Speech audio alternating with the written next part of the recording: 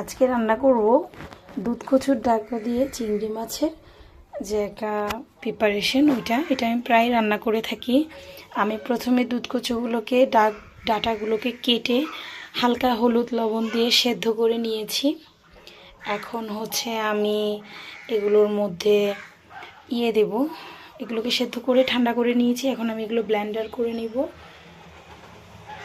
এগুলোকে ব্লেন্ডার করে তারপর আমি রান্না করব। সাথে হলুদ লবণ দিয়ে ভাজা করা চিংড়ি মাছ, ছোট ছোট কুচো চিংড়ি, এটাকে আমি ব্লেন্ড করে নিব। ভেজে নিয়েছি, এটাকেও ব্লেন্ড করে কচুর সাথে দিয়ে আমি রান্না করব। চিংড়িগুলো আমাদের নদীর চিংড়ি, কাপ্তাই লেকের। চিংড়িগুলোকে ধুয়ে হালকা হলুদ লবণ দিয়ে আমি ভেজে নিয়েছি, পরিষ্কার করে বেছে নিয়েছি। পর কাঁচামরিচ, রসুন, আমি এগুলোকেও ব্লেন্ড করে নিব চিংড়ির সাথে। আর বাটা মশলা তো দিবই সাথে। আমি আপনাদেরকে পুরো প্রসেসিংটা দেখিয়ে দিব, আপনারা এভাবে ট্রাই করে দেখতে পারেন। এটা একটু ঝাল ঝাল হবে, গুঁড়া মরিচও দিব, ভীষণ স্বাদ খেতে। আপনাদের ভালো লাগলে আপনারাও ট্রাই করতে পারেন। চিংড়ি মাছ, তারপর কাঁচামরিচ, রসুন, এটা আমি একসাথে এখন ব্লেন্ড করে নিব। এখন এই কচুগুলোকে দিয়ে ব্লেন্ডারে আমি ব্লেন্ড করে নিব ভালো করে, একদম মিহি করে ব্লেন্ড করব। খুবই অল্প কিছু উপকরণ দিয়ে রান্নাটা হবে। এটা রসুন, কাঁচামরিচ, চিংড়ির যে ব্লেন্ডটা, খুব সুন্দর একটা স্মেল বেরিয়েছে। তারপর এটা সেই কচু, এই কচুটাই আমরা আজকে রান্না করব। কালারটা খুবই সুন্দর এসেছে।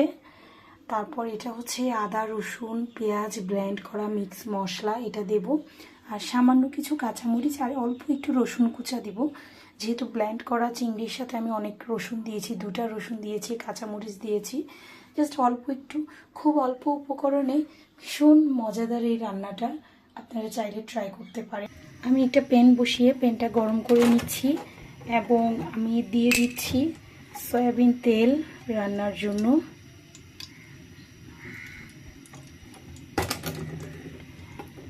তেলটা গরম হলেই আমি এক এক করে যে মশলাগুলো মিক্সড করব সেটা আপনাদের।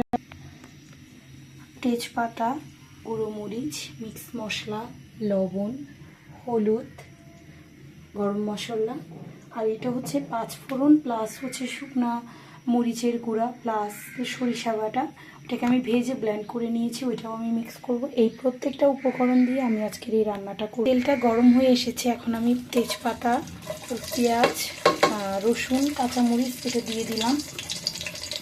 সাথে অল্প একটু গরম মশলাও দিয়ে দিব। এবার এগুলোকে আমি একটু ভালো করে ভেজে নিব।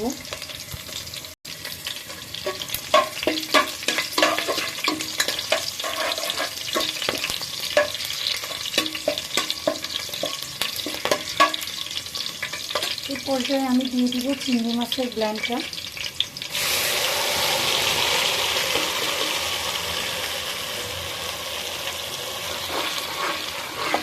এটাকে ভালো করে জাল করে নেব। এক এক করে এখন আমি গুঁড়া মশলা দিয়ে দিব। এটা একটু একটু ভাজা ভাজা হতে হতে আমি এক এক করে গুঁড়া মশলাগুলো মিক্স করব। এবার দিয়ে দিচ্ছি মিক্স মশলাটা।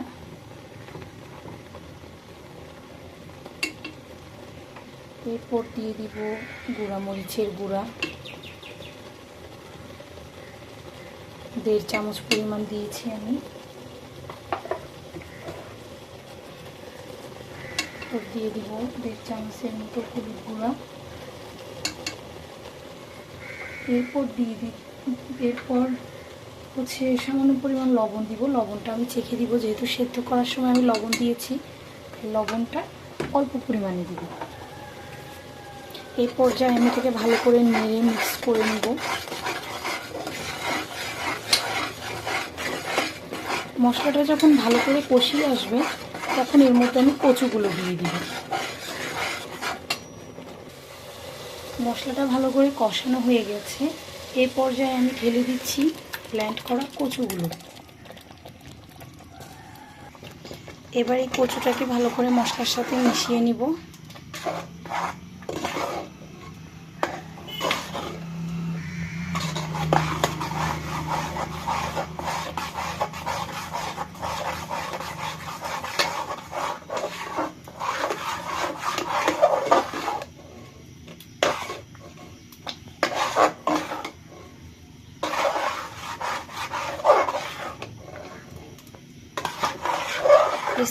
এখনও কোনো ভালো নাম ঠিক করিনি, তবে এটাকে আপনারা চিংড়ি দিয়ে কচুর বাটা বলতে পারেন, দুধ কচু বাটা চিংড়ি দিয়ে।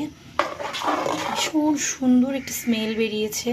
এটাকে প্রচুর ভাজা ভাজা করতে হবে মশলাটাকে, এটাকে আমরা যত ভাজা ভাজা করবো তত টেস্টি হবে।